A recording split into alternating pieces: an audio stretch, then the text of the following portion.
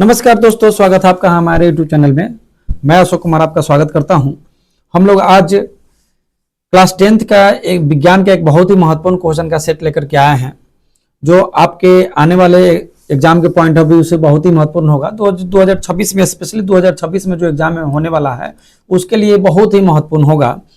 तो चलिए देखते हैं। और पहला क्वेश्चन है, समतल दर्पण द्वारा बना प्रतिबिंब होता है। समतल दर्पण द्वारा बना प्रतिबिंब जो होता है वो कैसा होता है? तो आपके पास में यहाँ पे चार ऑप्शन है। ए में दिया हुआ वास्तविक, बी में काल्पनिक, ए में दोनों वास्तविक और काल्पनिक, और इनमें कोई नहीं। तो आपका जो राइट आंसर हो जाएगा, ये बी नंबर आंसर राइट हो जाएगा, काल्पनिक। नेक्स्ट क्वेश्चन है, परावर्तन कोण होता है। परावर्तन कोण आपको बताना है। परावर्तन कोण का एक तरीके का डिफिनेशन आपको देना है। तो परावर्तन कोण क्या होता है? तो परावर्तित किरण और दर्पण की सतह पर खींचे गए अभिलंब के बीच का कोण होता है। तो इसका करेक्ट आंसर जो हो जाएगा वो डी नंबर हो जाएगा। परावर्तित किरण और दर्पण की सतह पर खींचे गए अभिलंब के बीच का कोण को परावर्तन कोण कहा जाता है। नेक्स्ट क्वेश्चन है, परावर्तन के कितने नियम होते हैं? तो परावर्तन के कितने नियम होते हैं? परावर्तन के दो नियम होते हैं। नेक्स्ट क्वेश्चन है, निम्नलिखित में किस दर्पण द्वारा किसी वस्तु का वास्तविक प्रतिबिंब मिल सकता है? क्वेश्चन ध्यान से सुन लीजिएगा। निम्नलिखित में किस दर्पण द्वारा, दर्पण का आपको नाम बताना है कि उस दर्पण में किसी वस्तु का वास्तविक प्रतिबिंब बनता है। तो वास्तविक प्रतिबिंब बनने के लिए आपके पास में चार ऑप्शन यहाँ पे इसमें भी दिया हुआ है, और चारों में आपको करेक्ट आंसर बताना है।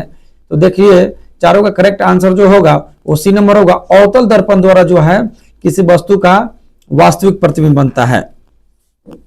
नेक्स्ट क्वेश्चन है, निम्नलिखित में किस दर्पण द्वारा किसी वस्तु का आभासी प्रतिबिंब बनता है? आभासी प्रतिबिंब बनने के लिए किस दर्पण का उपयोग किया जाता है? तो आपको इसमें चारों में से करेक्ट आंसर आपको बताना है। तो करेक्ट आंसर इसमें उपयुक्त तीनों, यानी कि काल्पनिक प्रतिबिंब या आभासी प्रतिबिंब समतल दर्पण द्वारा भी बनता है, उत्तल दर्पण द्वारा भी बनता है, और अवतल दर्पण द्वारा भी बनता है। तो तीनों दर्पण के द्वारा आभासी प्रतिबिंब बनता है। नेक्स्ट क्वेश्चन है, क्वेश्चन नंबर 6, किसी वस्तु से छोटा और आभासी प्रतिबिंब इनमें से किस दर्पण द्वारा बनता है? वस्तु से छोटा और आभासी या काल्पनिक प्रतिबिंब जो है वो किस दर्पण द्वारा बनता है? तो इसमें आपको करेक्ट आंसर बताना है। क्वेश्चन नंबर 6 का करेक्ट आंसर जो हो जाएगा वो बी नंबर हो जाएगा, यानी कि उत्तल दर्पण द्वारा जो है वस्तु से छोटा और आभासी प्रतिबिंब बनता है। नेक्स्ट क्वेश्चन है, निम्नलिखित में से किस दर्पण द्वारा एक बिंदु स्रोत से समानांतर किरण पुंज मिल सकता है? किसी बिंदु स्रोत से आती हुई प्रकाश की किरण जो है वो समानांतर किरण पुंज किस प्रतिबिंब में, यानी कि किस दर्पण द्वारा मिल सकता है? तो आपको करेक्ट आंसर बताना है। इसमें 7 नंबर, क्वेश्चन नंबर 7 का जो करेक्ट आंसर हो जाएगा वो अवतल दर्पण हो जाएगा। अवतल दर्पण द्वारा किसी वस्तु का जो है अवतल दर्पण में समानांतर किरण पुंज मिलता है। नेक्स्ट क्वेश्चन है, कहां पर स्थित होने से किसी वस्तु का प्रतिबिंब अवतल दर्पण के फोकस पर बनता है? यानी कि वस्तु की आपको स्थिति बताना है कि वस्तु कहां पे स्थित होगा तो उसका प्रतिबिंब जो होता है दर्पण के फोकस पे बनेगा। तो क्वेश्चन नंबर 8 का जो करेक्ट आंसर हो जाएगा वो अनंत पे हो जाएगा, यानी कि वस्तु को अनंत पे रखा जाता है तो उस वस्तु का प्रतिबिंब जो होता है दर्पण के फोकस पर बनता है। नेक्स्ट क्वेश्चन है, अवतल दर्पण की फोकस दूरी उसकी वक्रता त्रिज्या की होती है, यानी कि वक्रता त्रिज्या और अवतल दर्पण की फोकस दूरी में उसका संबंध बताना है कि अवतल दर्पण की फोकस दूरी और वक्रता त्रिज्या में क्या संबंध होता है। तो क्वेश्चन नंबर 9 का जो करेक्ट आंसर हो जाएगा वो बी हो जाएगा। अवतल दर्पण की जो फोकस दूरी होती है एफ इक्वल टू, आपने पढ़ा होगा r/2, F equal to r/2, यानी फोकस दूरी जो होता है अवतल दर्पण की फोकस दूरी वक्रता त्रिज्या की आधी होती है। वक्रता त्रिज्या की आधी 2 से डिवाइड लगा दिया, आधा हो गया।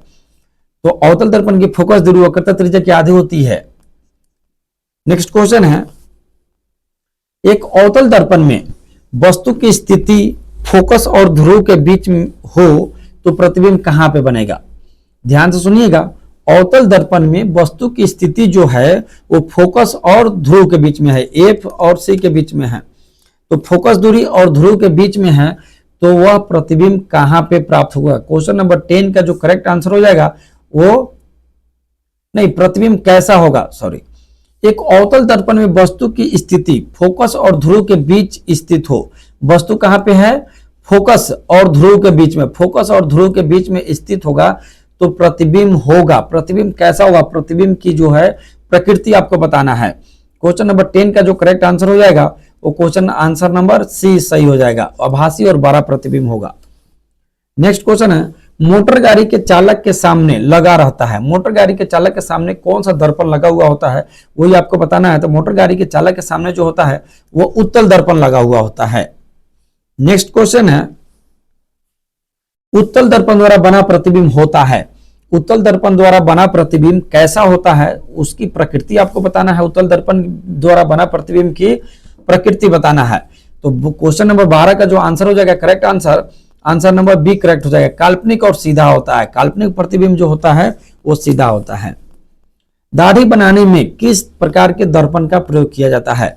यानी कि इस क्वेश्चन को ऐसे भी पूछा जाता है कि हजामती दर्पण में हजामत के लिए किस दर्पण का प्रयोग किया जाता है या दाढ़ी बनाने में किस दर्पण का प्रयोग किया जाता है। क्वेश्चन नंबर 13 का जो करेक्ट आंसर हो जाएगा वो बी नंबर करेक्ट हो जाएगा, यानी कि अवतल दर्पण होता है। हजामती दर्पण में हजामत के लिए किस दर्पण का प्रयोग किया जाता है? अवतल दर्पण का, यानी कि बी नंबर करेक्ट आंसर हो जाएगा। नेक्स्ट क्वेश्चन है, एक दर्पण से किसी भी दूरी पर रखी वस्तु का सीधा प्रतिबिंब ही प्राप्त होता है। एक दर्पण से किसी भी दूरी पर रखी वस्तु का सीधा प्रतिबिंब प्राप्त होता है, यानी कि आपको दर्पण का नाम बताना है कि किस दर्पण में किसी भी दूरी पर रखी वस्तु का सीधा प्रतिबिंब प्राप्त होता है। तो क्वेश्चन नंबर 14 का जो आंसर हो जाएगा आपके पास में करेक्ट आंसर समतल दर्पण या उत्तल दर्पण। उत्तल दर्पण में किसी भी दूरी पर रखी वस्तु का प्रतिबिंब जो होता है वो सीधा मिलता है, और समतल दर्पण में भी जो हमारे घरों में यूज होता है वो समतल दर्पण होता है, और उसमें भी कहीं पे भी खड़ा हो तो प्रतिबिंब सीधा ही मिलता है। तो क्वेश्चन नंबर 15 नेक्स्ट क्वेश्चन है, यानी कि संबंध F = R/2 सत्य होता है। यानी कि फोकस दूरी जो होती है वक्रता त्रिज्या की आधी होती है। हमने पीछे क्वेश्चन में पढ़ा है कि फोकस दूरी और वक्रता त्रिज्या की संबंध क्या होता है। फोकस दूरी जो होता है वो वक्रता त्रिज्या की आधी होती है। तो यह सत्य है किस दर्पण के लिए? दर्पण का आपको नाम बताना है। तो क्वेश्चन नंबर 15 का जो करेक्ट आंसर हो जाएगा ये सी नंबर, उत्तल और अवतल दोनों के लिए होता है। उत्तल दर्पण और अवतल दर्पण दोनों में वक्रता त्रिज्या जो होती है यानी कि फोकस दूरी की आधी होती है। नेक्स्ट क्वेश्चन है, एक गोलीय दर्पण द्वारा बने प्रतिबिंब का आवर्धन m हो और ऋणात्मक है। आवर्धन m जो है वो ऋणात्मक होता है, तो प्रतिबिंब कैसा होगा? प्रतिबिंब की प्रकृति आपको बताना है। एक गोलीय दर्पण द्वारा बने प्रतिबिंब का आवर्धन ऋणात्मक है तो प्रतिबिंब कैसा होगा? तो क्वेश्चन नंबर 16 का जो करेक्ट आंसर हो जाएगा वो डी नंबर हो जाएगा। ऋणात्मक मतलब उल्टा हो जाएगा। प्रकाश डैश में चलता है। आपको बताना है प्रकाश किस स्थिति में चलता है। तो प्रकाश जो है वो सरल रेखा में चलता है। नेक्स्ट क्वेश्चन है क्वेश्चन नंबर 18, यदि किसी दर्पण द्वारा बना प्रतिबिंब का आकार हमेशा वस्तु के आकार के बराबर हो तो दर्पण कौन सा होगा? प्रतिबिंब की आकार यानी कि प्रतिबिंब जितना बड़ा होगा उतना बड़ा वस्तु का आकार होगा, यानी कि वस्तु का आकार और प्रतिबिंब का आकार दोनों बराबर होगा तो दर्पण कौन सा होगा? क्वेश्चन नंबर 18 का जो आंसर होगा करेक्ट आंसर समतल दर्पण। नेक्स्ट क्वेश्चन है, डैश प्रतिबिंब को पर्दे पर प्राप्त किया जा सकता है। तो किस प्रकार के प्रतिबिंब को पर्दे पर प्राप्त किया जा सकता है इसका करेक्ट आंसर आपको बताना है। तो वास्तविक प्रतिबिंब को पर्दे पर प्राप्त किया जा सकता है। नेक्स्ट क्वेश्चन है क्वेश्चन नंबर 20, किसी दर्पण में आपतन कोण हमेशा डैश कोण के बराबर होता है। तो आपको बताना है कि आपतन कोण जो है किस कोण के बराबर होता है। 20 नंबर क्वेश्चन का जो करेक्ट आंसर हो जाएगा वो क्वेश्चन नंबर सी हो जाएगा। आपतन कोण जो है वो परावर्तन कोण के बराबर होता है। नेक्स्ट क्वेश्चन है, गोलीय दर्पण के ध्रुव से फोकस की दूरी को डैश कहते हैं। गोलीय दर्पण की ध्रुव से फोकस की दूरी को क्या कहा जाता है यह आपको बताना है। तो क्वेश्चन नंबर 21 का जो करेक्ट आंसर हो जाएगा वो बी नंबर करेक्ट हो जाएगा, यानी कि फोकस दूरी। गोलीय दर्पण के ध्रुव से फोकस की दूरी को क्या कहा जाता है? तो फोकस दूरी कहा जाता है। नेक्स्ट क्वेश्चन है, गोलीय दर्पण की वक्रता त्रिज्या उसकी फोकस दूरी की डैश होती है। गोलीय दर्पण की वक्रता त्रिज्या जो है उसकी फोकस दूरी, गोलीय दर्पण की वक्रता त्रिज्या और फोकस दूरी में संबंध बताना है।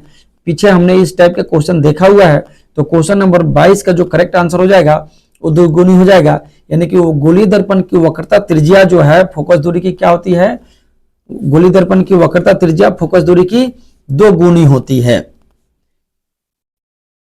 नेक्स्ट क्वेश्चन है क्वेश्चन नंबर 23, यानी कि डैश प्रतिबिंब में वास्तविक और काल्पनिक दोनों प्रकार के प्रतिबिंब बनते हैं। वो कौन सा दर्पण होगा जिसमें वास्तविक और काल्पनिक दोनों प्रकार के प्रतिबिंब बनते हैं? तो क्वेश्चन नंबर 23 का जो करेक्ट आंसर हो जाएगा वो अवतल दर्पण।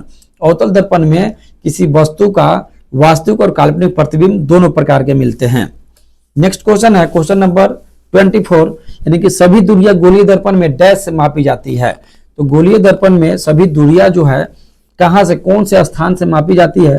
तो आपको बताना है कि कौन सा स्थान होगा। क्वेश्चन नंबर 24 का जो करेक्ट आंसर हो जाएगा वो हो जाएगा ए, यानी कि ध्रुव से मापी जाती है। नेक्स्ट क्वेश्चन है आवर्धन का धनात्मक मान डैश प्रतिबिंब इंगित करता है। आवर्धन का जो धनात्मक मान अभी हम लोग ने देखा था पिछले क्वेश्चन में कि आवर्धन का ऋणात्मक मान की प्रकृति बताना था कि किस प्रकार का प्रतिबिंब मिलता है।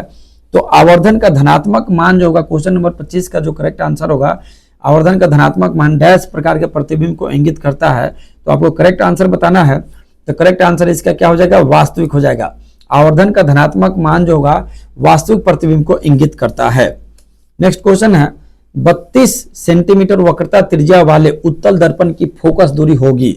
तो अभी हमने देखा था कि एफ जो होता है r/2 का, r/2 यानी कि फोकस दूरी जो होती है वक्रता त्रिज्या की आधी होती है। तो 32 सेंटीमीटर वक्रता त्रिज्या है, 32 सेंटीमीटर, और आपको इसमें फोकस दूरी बताना है। तो 2 से कटेगा तो ये कितना हो गया? 16, यानी कि 16 सेंटीमीटर। तो इसका कितना आंसर हो जाएगा? करेक्ट नंबर आंसर हो जाएगा सी नंबर, और 16 सेंटीमीटर इसका आंसर हो जाएगा। नेक्स्ट क्वेश्चन है तो प्रतिबिंब की ऊंचाई और वस्तु की ऊंचाई के अनुपात को डैश कहा जाता है। तो प्रतिबिंब की ऊंचाई और वस्तु की ऊंचाई के अनुपात को क्या कहते हैं? तो इसका आपको करेक्ट आंसर बताना है। तो इसका करेक्ट आंसर हो जाएगा बी, आवर्धन कहा जाता है। नेक्स्ट क्वेश्चन है सौर ऊर्जा को संचित करने के लिए डैश दर्पणों का उपयोग किया जाता है। सौर ऊर्जा को एक जगह इकट्ठा करने के लिए कौन से दर्पण का प्रयोग किया जाता है? तो इस क्वेश्चन नंबर 28 का जो करेक्ट आंसर हो जाएगा वो आंसर हो जाएगा ए, यानी कि अवतल दर्पण। इसलिए भी कहा जाता है कि अवतल दर्पण को आंख के सामने रख कर, यानी कि सूर्य को नहीं देखना चाहिए। अगर सूर्य को देखते हैं आंख के सामने रख करके तो आंख में क्षति पहुंच सकता है। तो इसलिए सौर ऊर्जा को संचित करने के लिए, मतलब इकट्ठा करने के लिए अवतल दर्पण का प्रयोग किया जाता है। तो ये भौतिकी क्वेश्चन का, भौतिकी का, विज्ञान का, भौतिकी का 25-30 क्वेश्चन का एक बहुत ही इंपॉर्टेंट क्वेश्चन का सेट था जो आपके आने वाले एग्जाम के पॉइंट ऑफ व्यू से बहुत ही महत्वपूर्ण होगा। तो आशा करते हैं कि ये वीडियो आपको पसंद आएगा, और पसंद आता है तो लाइक कीजिए, चैनल को सब्सक्राइब कीजिए। Thank you. जय हिंद, जय भारत।